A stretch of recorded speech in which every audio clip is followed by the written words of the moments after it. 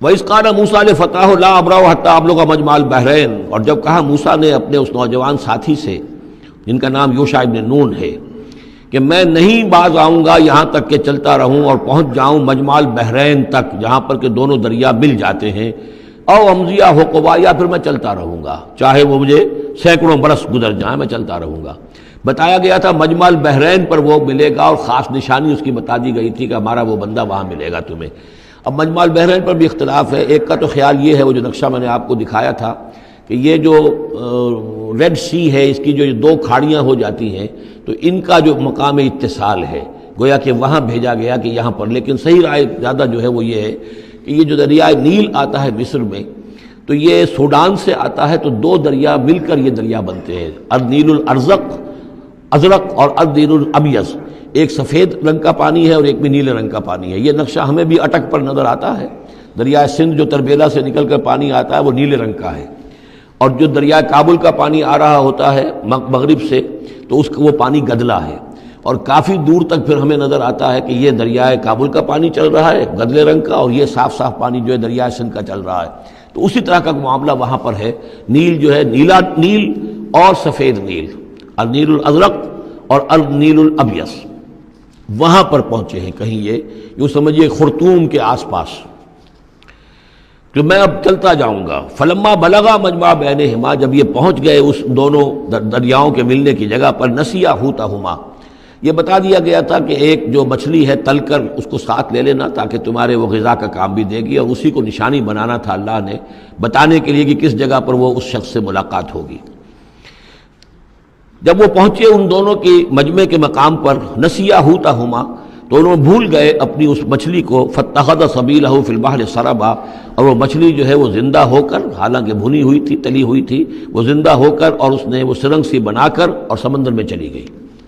فلما جاوزا، اب یہ نقشہ جو ہے یہ ان کے جو ساتھی تھے یوشع ابن نون، انہوں نے دیکھا ہے اپنی نگاہ سے کہ یہ معاملہ ہوا ہے، لیکن یہ کہ اس کا تذکرہ کرنا حضرت موسیٰ علیہ السلام سے بھول گئے۔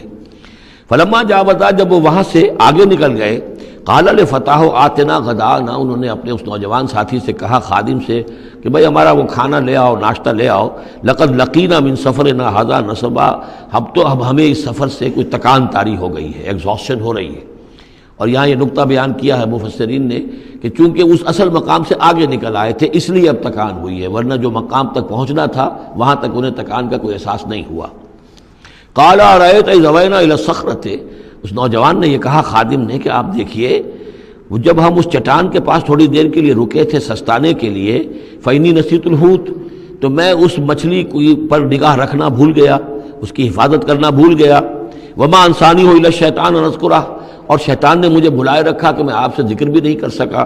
واتخذ سبیلہ فی البحر، وہ تو زندہ ہو کر اور اس نے اپنا راستہ بنایا اور سمندر میں اتر گئی یا دریا میں اتر گئی۔ عجبا، بہت عجیب یہ واقعہ تھا جو پیش آیا تھا۔ قال ذالک ما کنا نبغی، اب حضرت موسیٰ نے کہا اسی کے تو ہم تلاش میں تھے، یہی تو نشانی بتائی گئی تھی کہ یہاں پر، اب چلو واپس وہیں۔ فارتدا علی آثارہما قصصا، تو وہ اب لوٹے اپنے نقوش پا کو دیکھتے ہوئے، چونکہ وہیں پہنچنا ہے اب جہاں پر کہ وہ مچھلی جو ہے وہ زندہ ہو کر اور دریا میں اتر گئی تھی۔ فوجد عبدا من عبادنا، اب جو وہاں پہنچے تو پایا ہمارے بندوں میں سے ایک خاص بندے کو، آتیناہ رحمتا من عندنا، ہم نے اسے رحمت عطا کی تھی خاص اپنے پاس سے، وعلمناہ من لدنا علما، اور اسے علم سکھایا تھا خاص اپنے پاس سے۔ یہ علم لدنی ایک اصطلاح ہے جو یہیں سے لفظ اخذ کیا گیا ہے۔ ایک علم وہ ہے جو ہم سیکھتے ہیں، جو بھی پڑھتے ہیں سیکھتے ہیں، تفسیر پڑھی ہے، عربی پڑھی ہے، نحو پڑھی ہے، فقہ پڑھی ہے، یہ علم حاصل ہو رہا ہے، یا جیوگرافی پڑھی ہے، تاریخ پڑھی ہے۔ ایک وہ علم ہے جو اللہ کسی کے دل میں ڈال دیتا ہے بغیر کسی مادی طور پر دنیاوی اعتبار سے کسی تحصیل علم کی مشقت سے گزرے ہوئے، اس کو علم لدنی کہتے ہیں۔ لدن کہتے ہیں نزدیک، لدن اللہ، لدنی ہم نے اپنے پاس سے، اپنے خاص خزانہ فضل سے، خاص خزانہ فیض سے اسے علم عطا کیا تھا، ہم نے اسے رحمت بھی دی تھی، آتیناہ رحمتا من عندنا وعلمناہ من لدنا علما۔ قال لہ موسیٰ، ان سے کہا موسیٰ نے، هل اتبعک، اگر آپ اجازت دیں تو میں کچھ عرصہ آپ کے ساتھ رہوں، علی ان تعلمنی مما علمت رشدا، لیکن اس لیے اس شرط کے ساتھ کہ آپ مجھے بھی سکھائیں کچھ جو آپ کو علم دیا گیا ہے، اور جو بڑی سعادت مجھے اللہ نے بتایا ہے کہ آپ کو اللہ نے بڑا عقل، بڑی سمجھ بوجھ اور بڑی حکمت عطا کی ہے۔ قال انک لن تستطیع معی صبرا، انہوں نے کہا کہ دیکھو تم میرے ساتھ رہ کر صبر نہیں کر سکو گے. وکیف تصبر علی ما لم تحط بہ خبرا، اور کیسے صبر کرو گے اس چیز پر کہ جس کا کہ علم تمہارے پاس نہیں ہے، جس کا تم نے احاطہ نہیں کیا ہے. تمہیں تو بات بڑی غلط لگے گی، عجیب سی لگے گی. قال ستجدنی انشاءاللہ صابرا، حضرت موسیٰ نے کہا کہ نہیں انشاءاللہ آپ مجھے صابر پائیں گے، میں صبر کروں گا. ولا اعصی لک امرا، اور میں آپ کی کسی حکم کی خلاف ورزی نہیں کروں گا. اب دیکھیے یہاں انشاءاللہ صبر کے ساتھ تو آ گیا، ولا اعصی لک امرا، آپ کے حکم کی خلاف ورزی نہیں کروں گا، یہاں انشاءاللہ نہیں آیا ہے اور اسی میں خلاف ورزی ہو گئی. یعنی یہ کہ انہوں نے جو حکم دیا تھا پھر اس کی وہ پابندی نہیں کر پائے. ولا تقولن لشیء انی فاعل ذلک غدا، اس کے ساتھ اس کو جوڑ لیجئے جو اب پڑھا ہے اسی صورت میں. حضور سے کہا گیا تھا کبھی نہ یہ کہیے گا، یہاں بھی کہتے ہیں انشاءاللہ میں کوشش کروں گا، انشاءاللہ اللہ تعالیٰ کے فضل و کرم سے میں آپ کے حکم کی خلاف ورزی نہیں کروں گا. قال فإن اتبعتنی، اب یہ حکم ہے ان کا. انہوں نے کہا کہ اگر تم میرے ساتھ چلنا چاہتے ہو، رہنا چاہتے ہو، فلا تسألنی عن شیء، تو کسی چیز کے بارے میں مجھ سے خود مت پوچھنا. حتی احدث لک منہ ذکرا، یہاں تک کہ میں خود اس کے بارے میں کوئی تذکرہ کروں. بس دیکھتے جاؤ جو بھی میرے ساتھ ہو رہا ہے، دیکھتے رہو، آبزرو کرو، چپ رہو، خاموش رہو. میں جب مناسب سمجھوں گا جو اصل حکمت ہے ان چیزوں کی کہ جو تمہارے مشاہدے میں آئیں گی وہ میں تمہیں بتا دوں گا، لیکن تم مجھ سے سوال نہیں کرو گے. فانطلقا، اب وہ دونوں چلے، گویا کہ حضرت موسیٰ نے وہ بات مان لی. حتی اذا رکبا فی السفینۃ، یہاں تک کہ جب وہ دونوں سوار ہوئے کشتی میں. خرقہا، اب ان صاحب نے، یہ جو صاحب موسیٰ انہیں کہیں یا حضرت خضر کہیں، انہوں نے کشتی کا ایک تختہ اکھاڑ دیا. قال خرقتہا لتغرق اہلہا، اب حضرت موسیٰ علیہ السلام کہاں خاموش رہنے والے تھے. اتنا غلط کام کر رہے ہو تم، ساری اس کشتی کو ڈبونا چاہتے ہو. کیا تم نے توڑ ڈالا ہے، پھاڑ دیا ہے اس کشتی کو تاکہ غرق کر دو اس کے اندر جو سوار ہیں ان سب کو. لقد جئت شیئا امرا، یہ تو آپ نے ایک بہت غلط کام کیا، بہت بھاری ایک جرم ہے جو آپ سے سرزد ہوا ہے. قال الم اقل انک لن تستطیع معی صبرا، انہوں نے کہا کیا میں نے نہیں کہا تھا کہ تم میرے ساتھ صبر نہیں کر سکو گے. تو اصل بات سمجھ لیجئے وہ کیا ہے کہ دنیا میں جو ظاہر میں کوئی عمل ہو رہا ہوتا ہے ہم اس کو دیکھتے ہیں، اس کے پیچھے اللہ کی کیا مشیت کام کر رہی ہے وہ ہمیں نظر نہیں آتی. بظاہر کوئی شے ہمارے لیے بری ہے، اس کے پیچھے کوئی خیر آ رہا ہے، ہم اس بری چیز کو برا سمجھ کر اور وہ ہم جو ہے نالا و شیون کا معاملہ اختیار کر لیتے ہیں. عسیٰ ان تکرہوا شیئا وہو خیر لکم وعسیٰ ان تحبوا شیئا وہو شر لکم واللہ یعلم وانتم لا تعلمون. یہ ہے اصل میں وہ بات کہ جو سورہ بقرہ میں ہم نے پڑھی تھی. ہو سکتا ہے تم کسی چیز کو برا سمجھو جبکہ حقیقت میں وہ تمہارے لیے بہتر ہو، اور ہو سکتا ہے کہ تم کسی چیز کو اچھا سمجھو، حقیقت میں تمہارے لیے وہ مضر ہو. اللہ جانتا تم نہیں جانتے. تو تفویض الامر ہونا چاہیے اللہ کی طرف، اے اللہ جو تجھے میرے لیے پسند ہے. لیکن یہ جو بھی فرشتے کر رہے ہوتے ہیں، اور ظاہر بات ہے یہ بھی ہو سکتا ہے فرشتے ہوں یا اولیاء اللہ میں سے کسی کی روح ہے، تو جیسا کہ شاہ ولی اللہ کا قول میں نے آپ کو سنایا ہے کہ وہ بھی ملائکہ کے طبقہ اسفل میں شامل ہو جاتے ہیں اور وہی اللہ تعالیٰ کے احکام کی جو ہے تنفیذ کرتے ہیں. تو یہ شرعی احکام نہیں ہے، یہ تکوینی احکام ہے. کسی کا بچہ جو ہے چھت کے اوپر سے گرا مر گیا، اب وہ تو چیخ رہا ہے، ماں بھی چیخ رہی ہے، بہن بھائی بھی چیخ رہے ہیں. اب کیا پتا کہ یہ بچہ جو ہے اگر بڑا ہو جاتا تو یہ ماں باپ کے لیے سوہان روح ہوتا. اللہ نے ان کے لیے خیر کیا ہے کہ اس بچے کو اس وقت لے لیا ہے، لیکن انہیں تو پتہ نہیں کہ آئندہ کیا ہونا تھا. تو ہم ظاہر کو دیکھ کر جو ہے گھبرا جاتے ہیں اور اس کو اپنے لیے برا سمجھ بیٹھتے ہیں، جبکہ اللہ تعالیٰ کی بیدک الخیر، اللہ کے ہاتھ میں خیر ہی خیر ہے. لیکن ہماری شارٹ سائٹڈنس ہے کہ جس کی وجہ سے ہم چیزوں کو کسی اور رنگ میں لے رہے ہیں. اس کے لیے یہ 3 واقعات ہیں کہ جو دکھائے گئے. قال لا تؤاخذنی بما نسیت ولا ترهقنی من امری عسرا، تو انہوں نے کہا، حضرت موسیٰ نے عرض کیا لا تؤاخذنی بما نسیت، مجھ سے مواخذہ نہ کیجئے اس پر کہ میں بھول گیا کہ میں نے آپ سے وعدہ کیا تھا کہ میں آپ سے کوئی سوال نہیں کروں گا. ولا ترهقنی من امری عسرا، اور نہ دباؤ ڈالیے مجھ پر میرے معاملے میں کچھ زیادہ سختی نہ کیجئے. ایسا نہ ہو کہ ایک ہی دفعہ کی میری غلطی کے اوپر کہتے ہیں جاؤ اب یہاں سے، بلکہ ذرا یہ نرمی کیجئے. فانطلقا، پھر چلے دونوں. حتی اذا لقیا غلاما قتلہ، جب ایک نوجوان سے ملاقات ہوئی اس نے قتل کر دیا اس کو، حضرت خضر نے. قال قتلت نفسا زکیۃ بغیر نفس، حضرت موسیٰ علیہ السلام پھر بولے یہ کیا کیا آپ نے؟ ایک بے گناہ جان کو آپ نے قتل کر دیا اس کے بغیر کہ اس نے کسی کا خون بہایا ہو. لقد جئت شیئا نکرا، یہ تو آپ نے بہت ہی نامعقول حرکت کی ہے.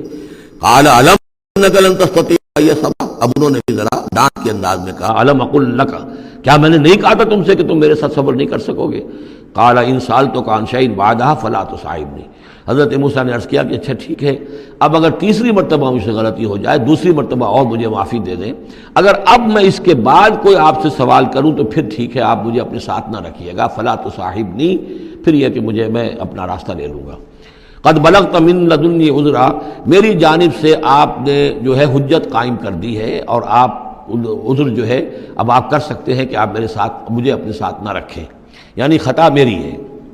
فانطلقا، پھر چلے، حتی اذا اتیا اہل قریۃ استطعما اہلہا، اور جب یہاں تک کہ وہ پہنچے ایک بستی والوں کے پاس، وہاں انہوں نے ان سے چاہا کہ وہ انہیں کھانا کھلائیں، مسافر جیسے ہوتے ہیں کہ بھائی ہم لوگ آئے ہیں، مسافر ہیں، آپ کی بستی میں آئے ہیں تو ہمیں کھانا کھلائیے۔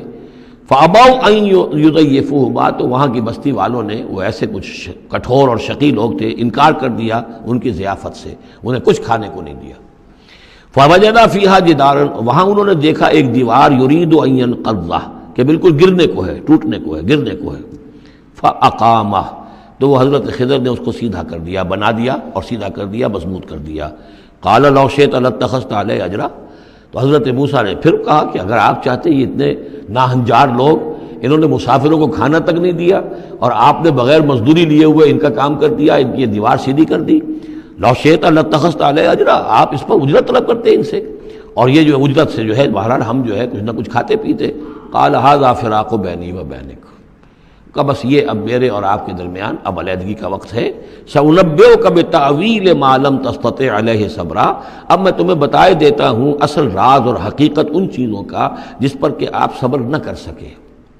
اما السفینہ، جہاں تک اس کشتی کا معاملہ ہے، فکانت لمساکین یعملون فی البحر، تو یہ ان مزدوروں کی ملکیت تھی کہ جو دریا میں محنت کرتے ہیں، جیسے کشتی ہے ادھر سے ادھر اتار دیا، دو پیسے لے لیے، ایک پیسہ لے لیا، یہ مزدوری کر رہے ہیں، ان کے لیے گویا کہ کمائی کا اور ان کی معاش کا یہی ذریعہ ہے۔ فاردت ان اعیبھا، میں نے یہ چاہا کہ اس کو عیبدار کر دوں۔ وکان وراءہم ملک یاخذ کل سفینۃ غصبا، جبکہ آگے جو ہے ایک بادشاہ تھا، حاکم تھا، جو ہر کشتی کو کہ جو ثابت و سالم ہے اسے وہ غصب کر رہا ہے، اس کو جو ہے کنفسکیٹ کر رہا ہے، جیسے آج کل بھی ہوتا ہے ہمارے ہاں، وہ ویگنز جو ہیں وہ پولیس والے روک لیتے ہیں، تو اسی طریقے سے وہ جو ہے قبضہ کر رہا ہے ان پر، یاخذ کل سفینۃ غصبا۔ اب وہ دیکھے گا کہ یہ تو ٹوٹی بھی کشتی چھوڑ دے گا، تو کشتی میں ایک تختہ لگا لینا تو آسان کام ہے، پوری تختی جا رہی تھی، تو میں نے ایک تختہ جو ان کا جو ہے توڑ دیا ہے، تاکہ اسے ناقص سمجھ کر وہ بادشاہ جو ہے اسے ریجیکٹ کر دے، اس کشتی کو نہ لے، تو ان مزدوروں کی پوری کشتی بچ جائے۔ ایک تختہ توڑنے سے تختی بچتی ہے، اور یہ سالم رہتی تختی تو پوری کشتی جا رہی تھی۔ تو میں نے ان کی خیر کے لیے کیا ہے، جس کو تم نے یہ سمجھا کہ شاید میں لوگوں کو ہلاک کرنے کے لیے میں نے یہ قدم اٹھایا ہے۔ وَأَمَّا الْغُلَامُ، اور جہاں تک اس لڑکے کا معاملہ ہے، نوجوان کا، فَكَانَ أَبَوَاهُ مُؤْمِنَيْنِ، اس کے والدین بڑے نیک اور صالح ہیں، والدین دونوں کے دونوں۔ فَخَشِينَا أَن يُرْهِقَهُمَا طُغْيَانًا وَكُفْرًا، اب ظاہر بات ہے کہ حضرت خضر کو معلوم ہوگا کہ اس کے جینز اچھے نہیں ہیں، بڑے شرارتی قسم کے جین اس کے اندر ہیں، اور یہ جب جوان ہوگا تو یہ آوارہ ہو کر اٹھے گا اور بہت سخت ہوگا، اور اپنے والدین کے لیے سوہان روح بن جائے گا۔ یرہقہما طغیانا و کفرا، ناشکری اور زبردستی کر کے ان کو عاجز کرے گا، ستائے گا۔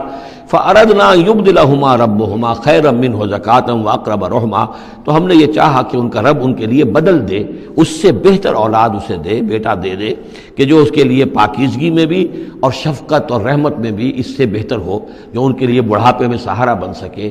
تو ہم نے صرف یہ کیا ہے کہ یہ بچہ جو ہے وہ یہ ساری چیزیں جو اللہ کے حکم سے میں کر رہا ہوں، یہ گویا کہ تکوینی امور ہیں جو ہو رہے ہیں، یہ تشریعی امور نہیں ہے، تم شریعت کے حوالے سے دیکھ رہے ہو، اور میں یہ تکوینی معاملات کر رہا ہوں اللہ کے حکم کے مطابق۔ اور یہ در حقیقت رحمت ہے، جس کو کہ لوگوں نے یہ سمجھا ہوگا جن کا بچہ جو والدین کا فوت ہو گیا تو ان کے اوپر تو پہاڑ ٹوٹ پڑا ہوگا غم کا، لیکن اصل میں اللہ تعالیٰ نے یہ ان کے خیر کے لیے کیا۔ وَأَمَّا الْجِدَارُ، اور جہاں تک اس دیوار کا معاملہ ہے، فَكَانَ لِغُلَامَيْنِ يَتِيمَيْنِ فِي الْمَدِينَةِ، تو یہ دو غلام لڑکوں کی دیوار ہے جو شہر میں رہتے ہیں۔ وَكَانَ تَحْتَهُ كَنْزٌ لَهُمَا، اور اس دیوار کی جڑ میں ان کے لیے ایک دفینہ ہے۔ وَكَانَ أَبُوهُمَا صَالِحًا، اور ان کا باپ جو ہے وہ بہت نیک آدمی تھا، باپ نیک تھا، عین وہ جو سمجھئے کہ کسی جوانی میں یا کوئی وقت جو ہے وہ اس کی موت کا وقت آ گیا، بچے چھوٹے چھوٹے تھے، اس نے کچھ اپنی پونجی جو ہے گھر کے اندر ایک دیوار کی جڑ کے اندر بنیاد کے اندر دفن کر دی، یہ بڑے ہو جائیں بچے یہ نکال لیں۔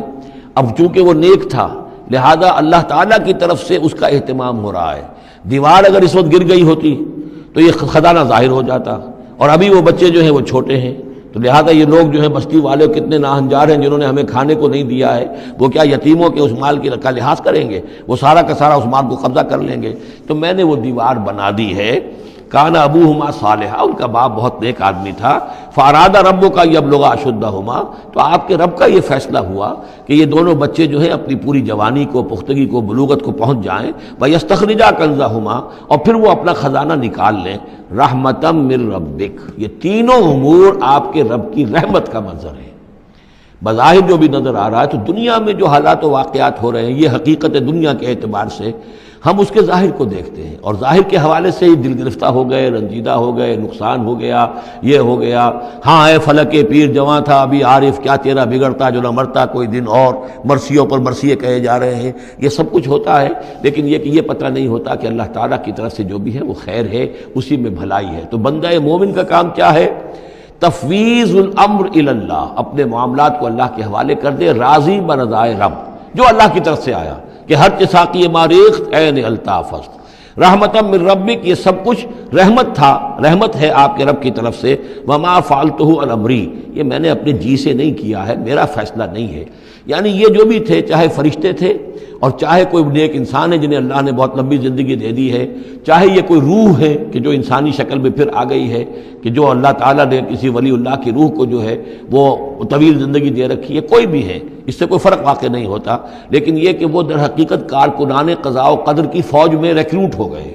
وہ جو فیصلے کر رہے ہیں، جس کی تنفیذ کر رہے ہیں، اس کا شریعت سے تعلق نہیں ہے، وہ تکوینی امور ہے اللہ تعالیٰ کے۔ ذالک تعویل ما لم تستطع علیہ صبرا، یہ ہے تعویل، یہ ہے اصل حقیقت، یہ ہے اصل راز ان چیزوں کا جس پر کہ اے موسیٰ تم صبر نہ کر پائے۔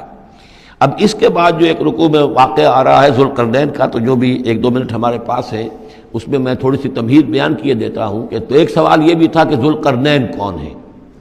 یہ کون ہے؟ یہ سمجھیے کہ اس صدی تک، تقریباً 1300 برس تک ہمارے مفسرین ان کے علم میں نہیں تھا کہ کوئی اتنا بڑا بادشاہ ہو رہا ہو جتنا بڑے بادشاہ کا ذکر ابھی ذوالقرنین کے حوالے سے آئے گا۔ تو لہٰذا لوگوں نے یہ سمجھا عام طور پر کہ سکندر اعظم، یہی معلوم تھا سکندر بہت بڑا فاتح تھا، وہ مقدونیہ سے چلا یونان سے اور دریائے بیاس تک آ گیا، کتنا بڑا، تو اس کو، لیکن یہ کہ اس کی سیرت و کردار جو ہے جو سکندر کی معلوم ہے، اس کی کوئی مناسبت ذوالقرنین کے اس کردار سے نہیں ہے۔ ذوالقرنین اصل میں ایران کے بادشاہ تھے، اور ایران اس وقت 2 ملکوں میں پر منقسم تھا۔ اب بھی اگر ابھی کبھی نقشہ دیکھیں گے تو ایک علاقہ جو ہے ایران کا وہ تو ہے جو خراسان کا حصہ ہے، جو اصل ایران ہے اس کو بھی یوں سمجھیے 2 حصوں میں، ایک پارس پرانا کہلاتا تھا جس سے فارس کا لفظ بنا ہے، اور دوسرا مادہ تھا، میڈیا یا مادہ۔ تو یہ ایک شخص ایسے ابھرے کہ جنہوں نے ان دونوں کو ملا کر ایک حکومت بنایا، اور وہاں سے سلطنت ایران کا جو یوں سمجھیے کہ جو ان کا ایک سنہرا دور ہے، اور ان کی عظمت و سطوت جس کی کہ وہ بہت زیادہ جس پر فخر کرتے ہیں، اس لیے کہ ایرانی قوم بڑی نیشنلسٹ ہے، نسل پرست ہے، ان کے اندر اپنی تاریخ پر، اپنی روایات پر جو ہے وہ بہت ان کو فخر ہے۔ تو وہاں سے وہ دور شروع ہوا، اور انہوں نے پھر اس علامت میں کہ میں نے 2 ملکوں کو جوڑ کر ایک بنایا ہے، اپنے تاج کے اندر 2 سینگ لگا لیے تھے، اور وہ جو ہے ذوالقرنین یہ لقب ان کا ہو گیا تھا۔ اس کے حوالے سے سوال کیا گیا، اور اس کے بارے میں تفصیل جو اگلے رکوع میں آئے گی۔